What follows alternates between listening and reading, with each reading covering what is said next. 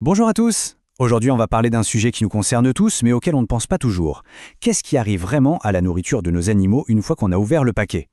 On se donne du mal pour choisir le meilleur, mais sans le savoir, on laisse peut-être un ennemi invisible gâcher tout ça.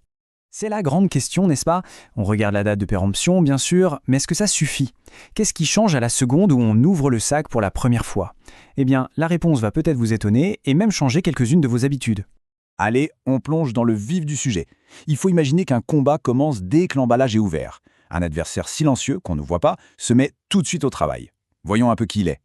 Et non, ce n'est pas une image pour faire joli. Le simple contact avec l'air de la pièce lance un vrai processus de dégradation. Chaque fois qu'on ouvre et referme le sac, cet ennemi gagne un peu plus de terrain et la qualité de la nourriture, elle, diminue. Alors, qui sont les coupables? Ils sont trois. L'oxygène, tout simplement l'air qu'on respire. La lumière, surtout la lumière directe. Et l'humidité. Ce trio est redoutable pour dégrader la fraîcheur et les nutriments, et ça peut même rendre la nourriture un peu moins saine. Parlons maintenant des conséquences très concrètes. Parce qu'une mauvaise conservation, ce n'est pas juste une question de goût. Non, ça a un vrai coût nutritionnel. L'animal est tout simplement privé d'éléments qui sont essentiels pour sa santé. Le mot-clé ici, c'est l'oxydation.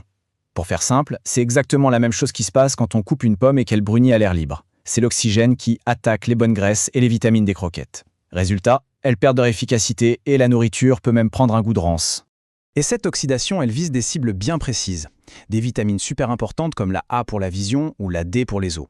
On les appelle liposolubles, ce qui veut dire qu'elles sont transportées par les graisses. Et comme les graisses sont les premières touchées, eh bien ces vitamines sont détruites au contact de l'air. C'est aussi simple que ça. Et malheureusement, la perte de vitamines, ce n'est que le début. Un sac mal refermé, c'est une porte ouverte pour tout un tas d'invités qu'on ne veut surtout pas voir. Des insectes, des bactéries, des moisissures. La gamelle peut vite se transformer en un nid à problèmes avec de vrais risques pour la santé de l'animal. Bon, assez parlé des problèmes, on est là pour les solutions. La bonne nouvelle, c'est que vaincre cet ennemi invisible, c'est en fait très facile. Il suffit de connaître et d'appliquer une règle toute simple, mais incroyablement efficace. La voilà, cette fameuse règle d'or. 2 étapes, c'est tout. La première, et c'est très important, on ne verse jamais les croquettes dans un autre bac. On les laisse dans leur sac d'origine. Et la deuxième, on prend ce sac, on le referme bien, et on le met dans un conteneur hermétique. C'est le principe de la double barrière. C'est ça qui change tout. Pourquoi insister autant sur le sac d'origine? Eh bien, ce n'est pas juste un emballage, il est spécialement conçu pour protéger les croquettes, avec une barrière contre l'oxydation. Et surtout, il porte des infos cruciales comme le numéro de lot, indispensable s'il y a un rappel de produit. Jeter le sac, c'est un peu comme jeter une garantie de sécurité. D'accord, donc on stocke bien. Mais maintenant, il y a la question du temps. Parce que même avec le meilleur stockage du monde, une fois que c'est ouvert, un compte à rebours se met en route. Pour les croquettes, retenez bien ce chiffre, 1 mois. C'est la durée de vie optimale pendant laquelle elles gardent toute leur qualité nutritionnelle et leur bon goût une fois le sac ouvert. Passé ce délai, la dégradation s'accélère vraiment. Concrètement, qu'est-ce que ça veut dire? Que le très grand sac qui dure 3 mois pour un petit animal, ce n'est peut-être pas la meilleure des idées. Il vaut parfois mieux acheter des sacs plus petits, mais plus souvent, la fraîcheur a un prix, c'est vrai, mais la santé de nos compagnons aussi.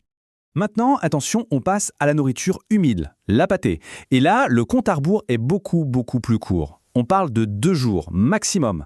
Et ces 2 jours, ce n'est valable qu'à une seule condition, qui n'est pas négociable, une conservation au réfrigérateur. La nourriture humide à température ambiante, c'est un véritable bouillon de culture pour les bactéries, donc frigo obligatoire.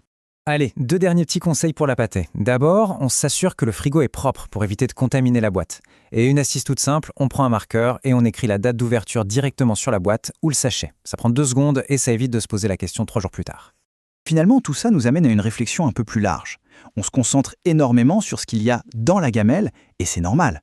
Mais le soin qu'on apporte à la conservation avant qu'elle n'y arrive, c'est tout aussi fondamental. S'assurer que chaque repas est aussi frais et nutritif que le tout premier, c'est peut-être ça l'une des plus belles preuves d'attention qu'on puisse leur donner.